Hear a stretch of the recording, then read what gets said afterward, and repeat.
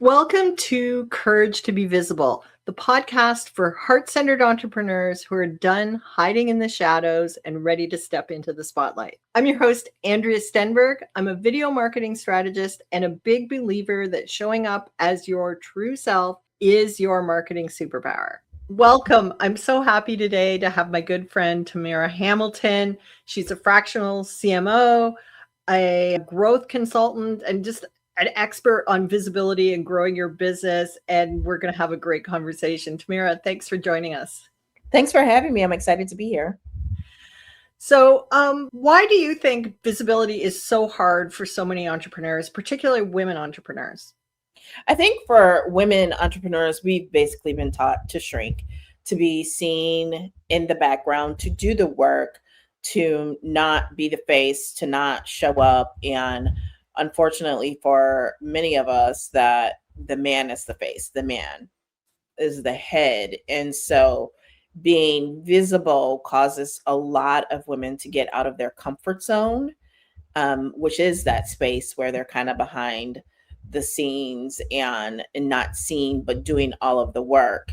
And so it's very difficult for women to not be, because I was thinking about this earlier today. Like, I have been transitioning and focusing more on I get paid to be, I don't get paid to do. I am a strategist, right? I am a CMO. I'm not here to do your content. I'm not here to, even develop your content plan. It's more about the overall strategy and how you acquire customers, how you convert those customers after moving them through the buyer's journey. And so I think that's the part that is challenging for women. We're just used to do, that the stop, the reflect, the be visible is very challenging. I'm working on a series right now where it's about everybody wants to be a marketer, but nobody wants to sell, right? And sales is a function of marketing.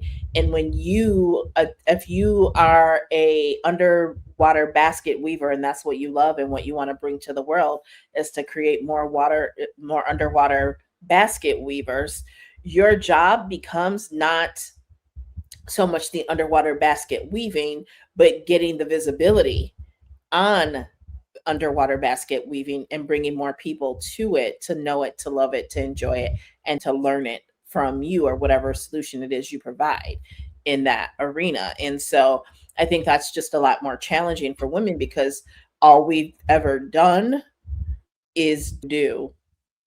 And a lot of us actually are really good at planning. We're really good at strategy, and we're really good at being visible.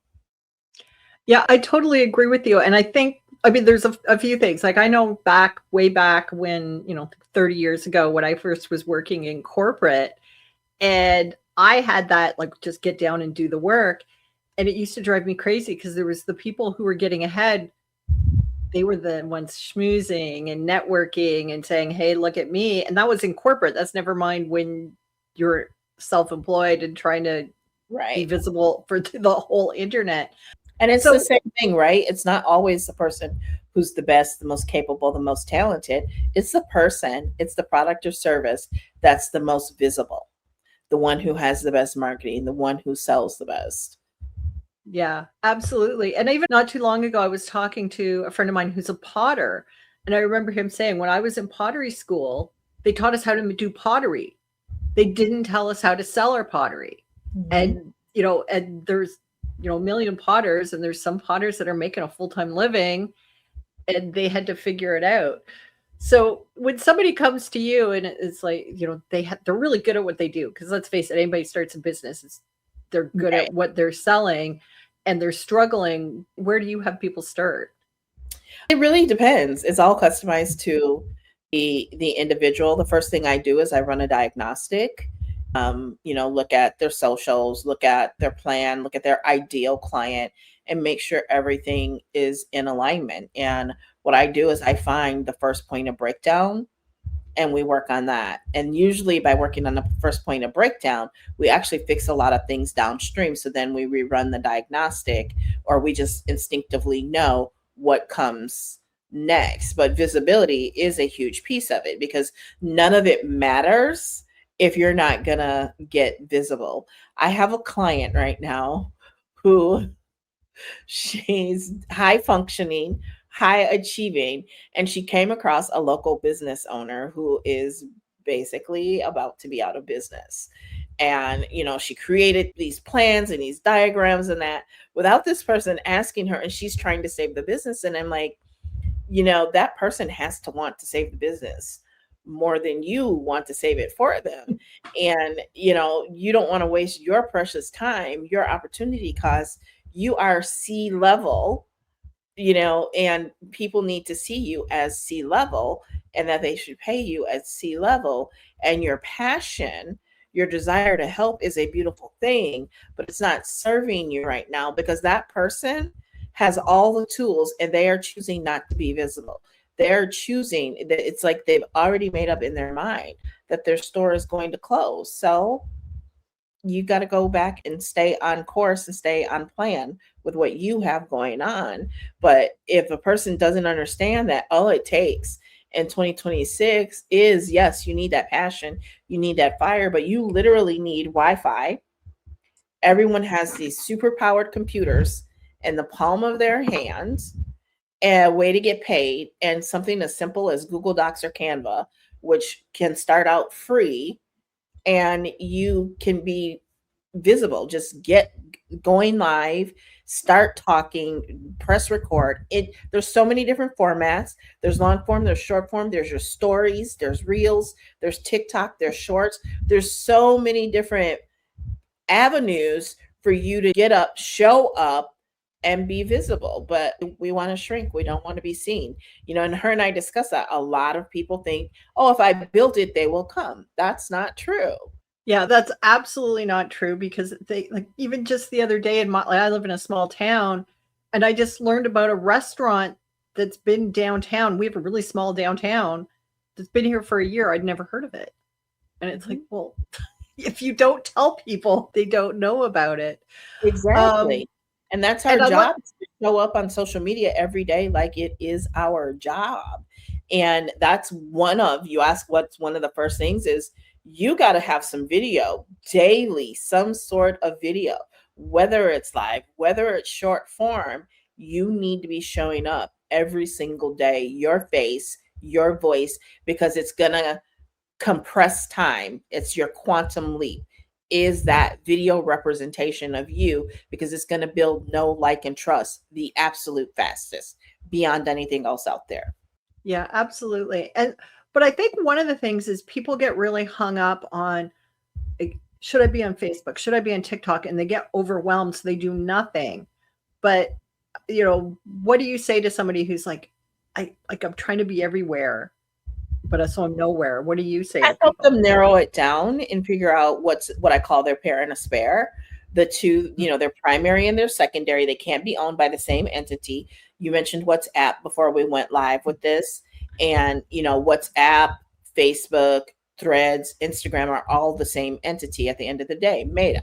So your primary can't be any of those two, but your primary and your secondary could be, for example, Facebook and Google. It could be Facebook and TikTok, right? It could be, when I say Google, I mean YouTube, basically, right? So you get your pair and your spare. It could be Facebook and Pinterest. And then you have a third that you maintain a presence on, but you're not actively there with a strategy and growing. You will grow one accidentally if you follow what I put in front of you, but have that third one there so that if the other two are down for a day or whatever is going on, you've got this third one that you can quickly begin to show up and be more visible on. That's a really smart idea, because I think everybody's heard of the algorithm and, tweaks and changes, and what worked 6 months ago can suddenly stop working, or people leave the platform. Like, it's hard to imagine that Facebook is going to crash and burn anytime soon, because like at one point Twitter was the number one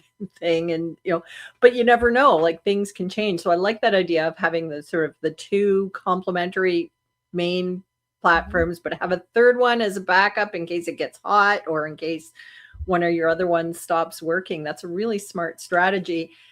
And it keeps you from trying to be everywhere, because I think that unless you're trying to be a full-time content creator, that's the recipe for insanity, is to try to do everything. You just can't. It is. And the third one is really a repurposing and resharing, redistribution strategy, where you're taking that content from your primary and your secondary and basically dumping it over onto the third, so that number one, you can get up and running if you need to very quickly. You have a lot of content there. But two, you also have somewhere else that your content is held in case you get locked out of, you get shut down abruptly from one of the other two platforms. You quote unquote own your masters, as I call it, because a lot of people think they need to create a whole bunch of content. No, you really need to get good at repurposing, resharing, and redistributing the content that you have and making it fit natively to whatever platform you're moving it to. But I do believe being what's the word I use? Omnipresent on as many platforms as possible. But when I say as possible, it's really what your nervous system is comfortable with, right? Your nervous system has to be comfortable with it. And it also helps if you have the support to do it. Like I have a client, we're building out her YouTube. She came to me to build out her YouTube. She initially wanted to do faceless, but she had this library that she'd been building over on TikTok of this video of the day. And so part of her strategy is long form video along with short form. And the short form is more so focused on a drip effect of the existing video of the days from TikTok. So she's posting the one she does daily immediately to YouTube, but then she has like almost a whole year's worth that have not been on YouTube yet. So every week the goal is to put so many of those on the YouTube, which helps feed her follower growth. It helps feed her longer form videos actually being viewed and subscriber growth. Well, that's amazing. Yeah. I like what you said about, you could have your masters, but you have to sort of, tweak it for the different platforms. Like I just had an example recently, an episode for this podcast where I created a reel, and it was really interesting. Same reel on YouTube, nothing. And on Instagram, it just really blew up. It was the same content, but I've had the reverse too, where I've had the same reel and on YouTube it gets tons of views. So you really do, even if it's just changing the title and the headline and stuff like that. Yeah. And so once it didn't do well on Facebook, but it did well on YouTube, now you can repost it to Facebook and try and use the same title that you used on YouTube and see if it works, right? And the other thing is, never in a million years did I anticipate, was it a year or two ago, when Facebook said they were deleting all of our old live recordings. But I'd already had mine. I already had mine in more than one vault. So I didn't have to scramble, right? I did not have to scramble. Now, there are some that I had chosen not to download, and I wish I had, like my very first live with my grandson, because he's a boy and he didn't know I would hide things from him. He's like 2, and I would hide things from him in my bra, my boobs. And so he's with his car, stuffing them down his shirt, not understanding, right? So I wish I had downloaded that one, and I probably do have it somewhere. But own your masters, own a clear and free of any markings, any additional copyrighted commercial sounds of just you. Even when you are doing, like I'm doing right now, recording this podcast with you, I'm going to ask you for a clean copy of it so that I can repurpose, reshare, and redistribute it, because it's great authority and credibility building content. Yeah. And like if you're saying interesting, valuable things, use it over and over again rather than recreating from the wheel. Because that's, I think, the biggest mistake I see. And it's a mistake I made early on, of feeling like every post, every video, every reel had to be absolutely 100% brand new original content. And that's not how marketing works. We need repetition. And so you need to for it to like sink into our brains. So as business owners, we need to repeat our messages over and over for our audience. They need it. Yeah, it's really the same 2 or 3 points that you just keep hitting over and over again. The same 2 or 3 stories that you tell multiple times, multiple ways to hit multiple people. And that's it. And that's why I'm a huge fan of campaigns and really running a campaign for now in today's world up to an entire quarter, just staying focused on one campaign and keep that same messaging. And then you might have a secondary one so that you don't give your audience fatigue.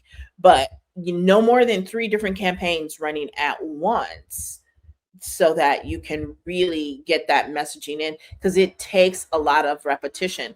In a mastermind recently, someone was disappointed that they'd, done this, let's call it a webinar, right?